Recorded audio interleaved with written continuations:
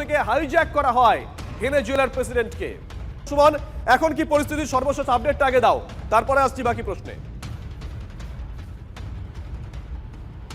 দেখো, ইতিমধ্যে মাদুরোকে ব্রুকলিনে রাখা হবে। ব্রুকলিনের কুখ্যাত কারাগার, যেটাকে মেট্রোপলিটন ডিটেনশন সেন্টার বলা হয়, সেখানে কিন্তু তাকে নিয়ে যাওয়া হয়েছে এবং তাকে যারা এড দেওয়ার চেষ্টা করছেন সেগুলোকে কিন্তু এখন আপাতত প্রতিবন্ধকতাতেই রাখা হচ্ছে। কোনো আইনি সাহায্য এই মুহূর্তে কিন্তু মাদুরো পাবেন না। এবং আমেরিকা তারা কিন্তু পরিষ্কার করে দিয়েছে যে মাদুরো পরবর্তী ভেনেজুয়েলাতে তারা তাদের কর্তৃত্ব স্থাপন করবে। তাদের যে ওআইসিগুলো আছে, অয়েল কোম্পানিগুলো, তারা সেখান থেকে ইনভেস্ট করবে। অর্থাৎ আমেরিকা ভেনেজুয়েলার যে তেল ভান্ডার তার দখল নিতে চলেছে, এটা পরিষ্কার। তার সাথে সাথে ভেনেজুয়েলার প্রশাসনিক ক্ষেত্রেও কিন্তু আমেরিকা তাদের কর্তৃত্ব চালিয়ে যাবে। তুমি জানো যে আমেরিকার বিখ্যাত ডেল্টা ফোর্স, যারা এইসব কুখ্যাত অপারেশন করে, তারাই কিন্তু ইনভলভ ছিল এই অপারেশনটায় এবং এই অপারেশন রাতভর চলেছে। তারপর কিন্তু মাদুরোকে তার স্ত্রী সমেত কিন্তু একবারে তুলে আনা হয়েছে তাদের বাসভবন থেকে।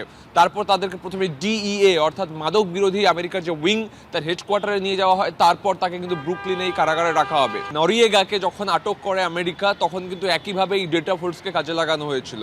সোমালিয়াতেও এই ডেল্টা ফোর্স কাজ করেছিল। এরা বিখ্যাত এদের এই অপারেশনগুলোর জন্য। এবং ভেনেজুয়েলা টেরও পায়নি যে আমেরিকা এরকম একটা হামলা চালাতে চলেছে এবং আমেরিকা ভেনেজুয়েলার একাধিক বন্দর, তার সাথে সাথে স্থলবন্দর, সেগুলোতে হামলা চালিয়েছে, সেই ইনস্টলেশনগুলোকে ভেঙে ফেলেছে এবং তারপর একেবারে হেডকোয়ার্টার থেকে সেখান থেকে কিন্তু প্রেসিডেন্টকে তুলে নিয়ে এসছে।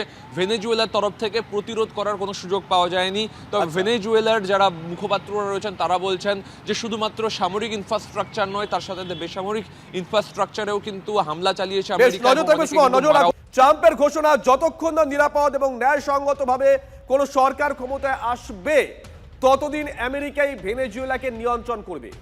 ভেনেজুয়েলাবাসীর নিরাপত্তার জন্যই তারা এই সিদ্ধান্ত নিয়েছে, দাবি ট্রাম্পের তরফ থেকে। ক্ষমতার এই হস্তান্তরে কত সময় লাগতে পারে সে সম্পর্কে কোনো নির্দিষ্ট সময়সীমার কথা জানাননি মার্কিন প্রেসিডেন্ট। ডেলসিকেই ভারপ্রাপ্ত প্রেসিডেন্টের দায়িত্ব দিয়েছেন ভেনেজুয়েলার সুপ্রিম কোর্ট।